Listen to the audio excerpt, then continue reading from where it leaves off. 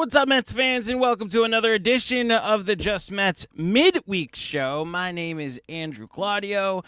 We check in the middle of every baseball week to see how our team, the New York Mets, is doing. Shout out to the Believe Podcast Network. And how are the Mets doing? Their season is still over. They lose 2 out of 3 to the Cincinnati Reds. First 2 games, largely non-competitive, largely the exact same. The Reds go up to build up a 6+ run lead. I promise I will get this pod right. The Reds build a 6+ run lead, and then the Mets muster up a solo home run in Game 1 from Marcus Semien and a 2-run homer from Juan Soto in Game 2. And then have a win on Wednesday, the least inspiring win of all time. As the Reds leave 17 men on base, had a runner on base in every single inning, and turned into the New York Mets in this game with their futility with runners in scoring position. So the Mets sit here at 23-33 in last place, one of the 5 worst teams in baseball, with one of the largest payrolls in baseball. I think I might end the show talking about the proposed hard cap and salary floor that came out today. So look, we've reached the point of the season where we're searching for positives, literally just any positives that we could find. And I did my best because I knew it was my turn for the midweek show, and I like to think I'm in the yin and yang of me and my buddy Rich McLeod. I like to think that I'm the one that's always going to try to lean positive, even when there's nothing positive to find. And I came up with the 5 positives about the 2026 New York Mets. So we will start here. And that is that Juan Soto is a New York Met. As much as everything has seemed to have gone wrong since they traded for him, let me just say this one more time. Juan Soto is a New York Met. As much as things have seemed to go wrong all over the organization since he became a New York Met, he is still just an insanely great hitter, and it's amazing that we get to watch him 3 to 4 times a night. When I tell you it's like the 3 or 4 times that they're watchable, it's probably an understatement. But so far this season, he's got a 301 average, a 392 slug, a 392 on base, a 594 slug, and which is for a 986 OPS. In the last 365 days, Juan Soto has hit 47 home runs and 104 RBIs, which is good for a 1.001 OPS. The only players with a higher OPS in the last 365 days are Aaron Judge and Nick Kurtz. The only player with a higher WRC plus is Aaron Judge, and it's by 1. Aaron Judge has a 177 WRC plus, which is an all-encompassing stat that adjusts for ballpark. And Juan Soto over the last 365 days has a 176. He missed a month, and he's already top 20 in F4. In fact, he's the only player in the top 20 in F4 that has played less than 40 games. Everybody else has played at least 43, and I believe the one that's played 43 is a catcher who has, like, mandated games off somewhere in there. Look, again, everything else has gone wrong, but Juan Soto remains very right, and it's the obvious one big positive about the Mets is at least Juan Soto is as advertised, and we get that to build around. The modern-day Ted Williams for the next 14 years. Who builds around it, we'll see, because the person currently in charge is not doing a great job. Number 2 is Jonah Tong. So, highly touted prospect. I am, again, still on the record that I wanted to trade him this offseason for Mason Miller. Whether that trade was realistically on the table is probably the most important question, because then what are we even talking about? Like, if the Padres weren't even considering that, then it's just a sentence that doesn't really matter. In any case, Jonah Tong has looked very good since his call-up to the majors, an impromptu call-up, but I add you. I did not expect him to get called up and to I understand where they are in this rotation, and with Clay Holmes going down, it made sense to call up somebody that has major league experience. But this guy wasn't pitching all that well. He just had a pretty awful final start in AAA against the Yankees affiliate. I know he'd had a couple good starts that he had strung together in Syracuse. But since his call-up in 2 bulk bulk outings. It's 6 2/3 innings pitched, 0 earned runs. Now 5 walks, 3 strikeouts. So you don't love that ratio, but 0 earned runs. He's clearly mixed up 4 pitches, a fastball, a changeup, a slider, and a curveball. Looking at Baseball Savant, he's thrown 104 pitches so far this year, and he's only had 1 barrel. There's only been 1 barrel on Jonathan pitches so far this year. His changeup, he's thrown 27 times of those 104 pitches, and he's gotten 11 swings and misses. That's a 41.7 whiff rate, according to StatCast. To give you some context of what a 41.7% whiff rate looks like, Jacob deGrom's slider throughout the 2 Cy Young seasons in 2018 and 2019 never cracked 40. It was in the high 30s. All of his pitches were in the high 30s because he's awesome. And I'm also not including the 2020 through 2022 stretch where his whiff rate on his slider was near 60%, as that's the most unhittable pitcher I've ever seen, is 2021 and 2022, early 2022, when he came off the IL on my birthday, actually, before the last 3 starts of the season where he was very hittable and is actually the person I blame for why the Mets didn't win the division in 2022. But like all that being said, but aside from that rabbit trail, that's how good Jonathan's slider has been so far. How Jonathan's changeup has been so far. He's thrown it 27 times, as I mentioned. I had the Baseball Savant page up. Just give me 1 second to pull it up again. But he's very clearly trying, and this is something that the broadcast has talked about. They've asked him to work on some other pitches, a sweeper that right now Baseball Savant is designating as a cutter, that he's thrown 18 times, a curveball. Now, last year he threw his curveball 46 times. This year he's only thrown it 9. So they're very clearly saying don't throw that pitch.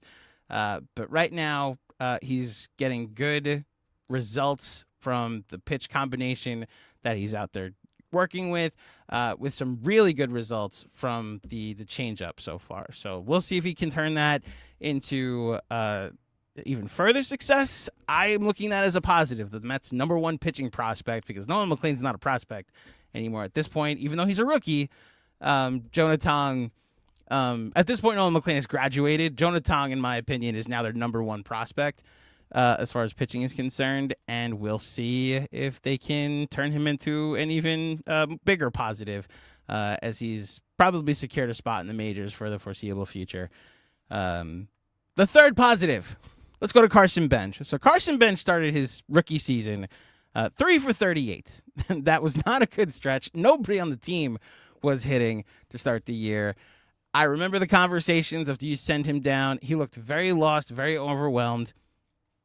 I said you got to give it like 100 at-bats before you make a decision like that. And he had already started, like they briefly moved him up to the leadoff spot at one point. But I was ready to be patient with him, even though he was showing signs of breaking out of it. 3 for 38 was still very frustrating, especially during a 12-game losing streak. Then, over the next 139 plate appearances, Carson Bench had a 305 average, a 345 on base, a 455 slug, which we'll talk about in a second. Excuse me, a 405 slug, which was good for a 750 OPS. That was over 37 games, and it's what made him move up to the leadoff spot. Now, this recent stretch, the last 6 games, starting with the Miami game, he went into a 3 for 22 funk with 0 extra base hits and only 2 walks. But this last game where he had 2 very impressive inside-out swings that muscled the pitch into right center field, 2 pitches into right center field, both for RBI singles. Shows you he's just a good bat-to-ball player. And the stretch that we saw for the 37 games prior, I'm going to take that as a major positive that I think we found the right fielder of the future. I don't know if the power is necessarily going to be there, just looking at his minor league stats. And like, he doesn't profile as a crazy power hitter. Now, Brandon Nimmo also similarly profiled as like a slap hitter that would be a high on base, but yeah, a good bat to ball guy. We remember like the sprints to first base on every walk and the 400 on base percentage that he had in 2018. And then the scouting report became, hey, throw Brandon Nimmo strikes. And then suddenly that on base became like 312 or 320. And it's partially why the Mets decided that he was a contract that they had to move off of. We are not going to talk about the return they got for Brandon Nimmo. But Carson Bench, I mean, he didn't profile as anybody with real power in the minors. Only hit 17 home runs and had a 460 slugging percentage in 131 games through all the different levels that he played in the minors. He only played 131 games, reminder, in the minors. This is an aggressive call-up by David Stearns to make him the opening day right fielder. I'm in. I am intrigued to see how his rookie year goes. I think this will be like, okay, you got Major League pitching. You got to see Major League pitching. Now we go into your sophomore year, if it happens. Hopefully, with you now starting to develop some more habits, more pull habits, and potentially even a little bit more power. But I've liked what I've seen from Carson Bench, and Wednesday night specifically. Look, they won by 2 runs. They're his 2 RBI singles, so I'll take it. Number 4 is the bullpen. So the Mets bullpen this season, might not realize this, has a 3.28. Yeah, so they're 3.28 ERA. My handwriting is annoying. A 3.28 ERA, which is good for 8th in all of baseball. They've thrown the 4th most innings pitched this season. Now, some of that is that they've been using openers, and the bulk middle innings will inflate that for sure. It does speak to the state of your the state of your rotation, that you have 2 spots that you're currently bulking, whether it was the David Peterson spot or was the spot that Jonah Tong has now suddenly assumed, which was Clay Holmes, his spot in the rotation.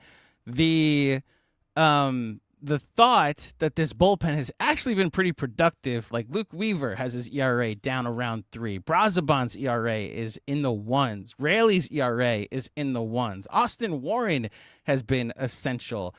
Sean Manaea has had a solid 3 straight good outings of bulk pitching. Now, I worry that they're about to make him a starter again, and I don't know what that's going to mean for Sean Manaea being a starter again. But a legitimate positive is that the bullpen has been this successful. It's been a top 10 bullpen in baseball. They're 13-10. Nothing about this Mets team screams over 500. The bullpen has 13 wins and 10 losses. And that's with your closer having an ERA over 7. So I believe it's over 6. Regardless, it's very bad. The bullpen's been a positive. Maybe not the 9th inning, but the bullpen, the bulk, the middle of the bullpen has been very good this year. Unfortunately, I think where that's going to lead is that you have a lot of pieces that you're selling off at the deadline. AJ Minter is, hopefully going to be part of that bullpen over the next month or so. But we did just see, the Mets traded for 4 relievers last year. So the positive that you could take away from having this productive a bullpen is that teams will be looking to overpay with some prospects at the deadline. And if you're looking to rebuild a farm system that just traded 2 of its top 2 prospects for potentially a 1-year rental, yeah, the Mets the Mets might be in good shape. It remains to be seen whether I want the person making the decisions on what prospects we get back making those decisions. But at least the Mets will be in good shape. So I kind of roped you all in because the exercise that I put myself to was the 5 positives about the Mets. And I wanted to find 5 positives. Spoiler alert, there's 4. There are only 4 positives about this Mets team. I guess you could say A.J. Ewing in some of the moments that he's had. I guess you could say Brett Beatty's kind of hit better since moving back to third base. I guess you could say that the experience at Citi Field, despite whatever the score is just a fun experience. They really put on a good minor league show. How is it How is it May 28th? And I have 4 positive things to say about a baseball team with this payroll. How is that possible? How is it how are we 54 games into the season, 56 games into the season, and I only have 4 good things to say about a team? Like, I could probably find 5 good things to say about the Rockies.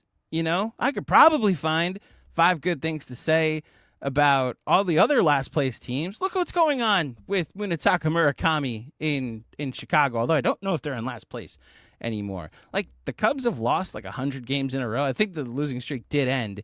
Let me know in the comments if the Cubs losing streak end. I completely missed it because I'm very drowned by the NBA at the moment. But like, the Cubs have lost almost every game for the month of May. I guarantee I could get to 6 positives, just a crazy lost season that this has become. And I don't know how many of these I've ever experienced where the season that had expectations is over this early. 2003 is the worst Mets team I've ever followed, and that team went into the season with like Roberto Alomar was the second baseman, Jeremy Burnitz was in right field. They signed Cliff Floyd to play left field. They signed Tom Glavine away from the Braves. Pitched on opening day, they lost 15-2. Thank you, Armand. The Cubs and Slim C Day. I almost called you Slim Clay. The Cubs did win last night, so their losing streak snapped. I believe the Cubs are now back in last place, but are like a stone's throw away from like 3rd or 4th. 1993 was the worst Mets season I've ever experienced that had some expectations because of the offseason that they had. Again, signing Tom Glavine, had a really rough year, 15-2 loss on opening day against the Cubs. The Cliff Floyd contract that was handed out, and he played most of the year with a busted leg after Mike Piazza got hurt, only because he knew the fans needed some reason to go to the ballpark, and then got surgery in August when Piazza came back from the injury, when Piazza pulled his groin. They called up Jose Reyes early in the season, and it was like, oh, okay, the shortstop we've been hearing about. Can't wait to see him. That was a heavy Ty Wigginton year. That was a heavy Jason Phillips year. Like, Mo Vaughn was on the team on opening day and eventually got DFA'd. David Cohn was the 5th starter on opening day. Weirdly, that team lost 96 games. I believe they had 2 15-game winners. Steve Traxel won 16 and Al Leiter won 15 with like an ERA in like the mid-4s, like low 5s, because he was the king of the 132-pitch 5-inning outing. I'm waxing poetic about that season because that's what this feels like. Like, that team lost 95 games and the season was over in May. It's the only time I've ever experienced this. Team didn't have this payroll. I could blame the Wilpons for that. I could blame like Steve Phillips making a bunch of crazy moves in 2002 and then trying to salvage it in 2003, only for the thing to completely fall apart. This is supposed to be the turnaround. This is supposed to be the build back, the tear down into someone else's image. And yet here I am with 4 good things to say about the team in the middle of May. Excuse me, at the end of May. Dark times. And as I've been saying in the Mets Derby recaps, Knicks are in the NBA Finals. The World Cup is coming to the tri-state area. Mets are going to be the 5th best show in town pretty soon, and I think it's going to reflect in attendance. And maybe that will get the owner's attention. Okay, we got some super chats from my buddy Rich McLeod. Positives in this economy? Hey, Rich, I'm trying. I set out for the exercise to try and find 5, and I found exactly 4 that are legitimate positives. So, yeah. And then from CJ45986. From CJ, the only positive is every time the Mets lose, the Knicks win. Well, the Knicks haven't played since Monday, and the Knicks haven't played since Monday, and the Mets still lost on Tuesday. So, look, I welcome a Mets sweep over the weekend and then they can win Monday and Tuesday as well in Seattle, I believe they go to. So give me a 5-game winning streak, which would be very funny because then it would be technically a 6-game winning streak. And then lose as much as you can when the Knicks are back on next Wednesday in the NBA freaking finals. Um, Hold up. Fuqua Johnson. Hey, Andrew. I love you, bro. Love you too, Fuqua. And then, as I mentioned, Armand. Cubs won last night. And then Armand. Cubs are in third and 4.5 back. Pirates are in last, 5.5 back in the Central. You could tell how very little outside of the Mets I've paid attention to because, once again, the New York Knicks have taken over my life over the past 2 months, which, is a good thing. I will say that. But I'm still here, still addicted to our baseball team, and I still am tuning in as much as I possibly can. Don't know if we're going to get to watch them next year. I want to finish by talking about this proposed salary floor and proposed salary hard cap by the MLB Owners Association. So if you missed it, a proposal was sent by the MLB owners to the Players Association that has a payroll cap. I believe it would start immediately, too. It wouldn't be like you have time to get under it. But it would have a payroll cap of $245.3 million as a ceiling. The floor would be $171.2 million, which to me is much more fascinating. Now, obviously, the ceiling would affect the Mets, $245.3 million. The Mets' current payroll, according to Ethan Houlihan of looks like Underdog MLB. I'm using a tweet that broke this down very easily. The Dodgers and the Mets have the two highest payrolls. The Mets' payroll is $383 million. The Dodgers' payroll is $418 million. The Yankees are at $335. The Blue Jays $322. The Phillies $315. And then there's 5 other teams: the Red Sox, Padres, Braves, Tigers, and Cubs, all over that $245.3 million ceiling. Now, the fascinating thing is, let's see, the Reds, the Rockies, the Athletics, the Pirates, the Brewers, the Twins, the Nationals, the Cardinals, the White Sox, the Rays, the Guardians, and the Marlins. Those 12 teams, I believe I just mentioned, all have a payroll below $171.2 million. Amazing that the owners proposed this when the bigger problem very clearly seems to be that you have 12 teams that won't spend enough, whereas the 10 teams that are above the threshold, the 245 threshold, to say they're spending too much is pretty ridiculous, if you ask me. Like, if you just had the other teams spend more, maybe that other number will start to come down naturally, So if they're willing to propose this, why not just spend more anyway?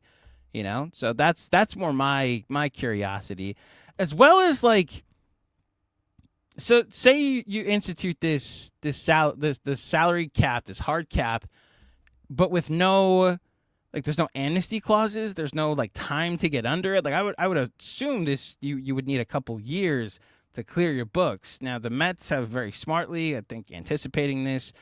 Outside of Juan Soto and Francisco Lindor, don't really have anything on their books past the 2027 season. So they might actually be able to start fresh on the other side of this and abide by this salary cap. But man, I went through the entire Wilpon era only to get the richest, most reckless owner in baseball when it comes to spending, which is a good thing in my mind, only for them to suddenly institute a salary cap. And then you have these other 12 teams that are just not spending enough, but yet the owners are willing to propose this salary floor. So you tell me the Rays are going to have a $172 million payroll next year. The Marlins, whose payroll is currently $81 million, is going to have a payroll of over $171 million. Also, speaking of that, so the Rays have a $111 million payroll, have the best record in the American League. I don't know how much, the Mets have the second highest payroll. We just spent 25 minutes talking about how bad they are. Spending clearly doesn't guarantee anything. It just means your off seasons are more exciting, right? It doesn't guarantee winning, as Mets fans, you all well know this the last 2 years. So I'm very curious how far this goes. My initial thought here is that this is very clearly going into a long negotiation into the winter. And look, the players are not agreeing to this because I don't think they're going to trust. I don't think they're gonna. I don't think they ever want to put a cap on spending personally. So we shall see what eventually comes of this. Yeah, I'm staring at this list. There's 12 teams that would need to get their payroll up. I can't imagine the Marlins with $175 million payroll. I just can't. I don't know that they make $175 million a decade. You know, like I don't know. I know that that's mostly a joke, and I know that chart comes out of like revenue spent plus revenue spent minus like revenue made or what the payroll is, and the Mets always have like a significant percentage of their income dedicated toward payroll, right? Because that's how Steve Cohen has viewed the Mets. They are a vanity project. He makes money from elsewhere. This is just like his toy that he's playing with, which is why he's building like Legos, all these different things around the parking lot of his toy. I can't imagine these other franchises that have notoriously just been like crying poor suddenly with $175 million payrolls, which just makes it very confusing. So we'll see how far this eventually goes. One last comment. Let's go to Ray. Andrew, go Knicks. I agree. The New York Knicks play in the NBA Finals. If you want to catch the content that I'm doing over there with Knicks Film School, you can check that out. But you can also check all of us here. I'll make sure I get Slim's comment up there. All of us over at Just Mets will wrap up here with Slim's comment. Only positive of this, someone would have to trade for Bo, Polanco, and Simeon. So, yeah, there's that element of it that all these other teams with bloated contracts, because of the floor, would then have to start making trades. And that's the fascinating thing. Like the Giancarlo Stanton contract was a salary dump from the Marlins to the Yankees. Well, contracts like that suddenly have to go to these other teams that are just like just making these salary dumps so that way they can reach the salary floor, you know? Like the NBA has a floor that you have to reach. And if you don't reach that floor I believe by the end of the following new year, you have to write a check and then disperse it amongst your entire payroll, which is why you always see this. It's very funny, actually. If a team's like $10 million shy or like $12 million shy of their salary floor, and one might call that cap space, but you do have to hit that floor before you actually do your cap space. Players, there's a really good note about this in Jake Fisher's book, that the Sixers were $12 million below their salary floor, $15 million below their salary floor, and they were like tanking. So the whole roster was like, hey, these losses suck, but we have a $1 million bonus coming our way at the end of the year because they're not going to, like this salary floor, they haven't hit it. And the two veterans on the team both said, like, hey, they're going to make a move like right before the draft that gets rid of that $12 million so they hit the floor. And wouldn't you know it, they made a move right before the draft because the league year resets right after the draft. It's like free agency happens in like maybe a week or so after resets because they reset what the cap is. So I wonder if we're trending toward that, where you have a full year to reach the salary floor and then suddenly you trade for Bo Bichette or for somebody that's making a certain amount of money that makes you reach 175, and you just cry poor the rest of the year as you try to get under it a different way.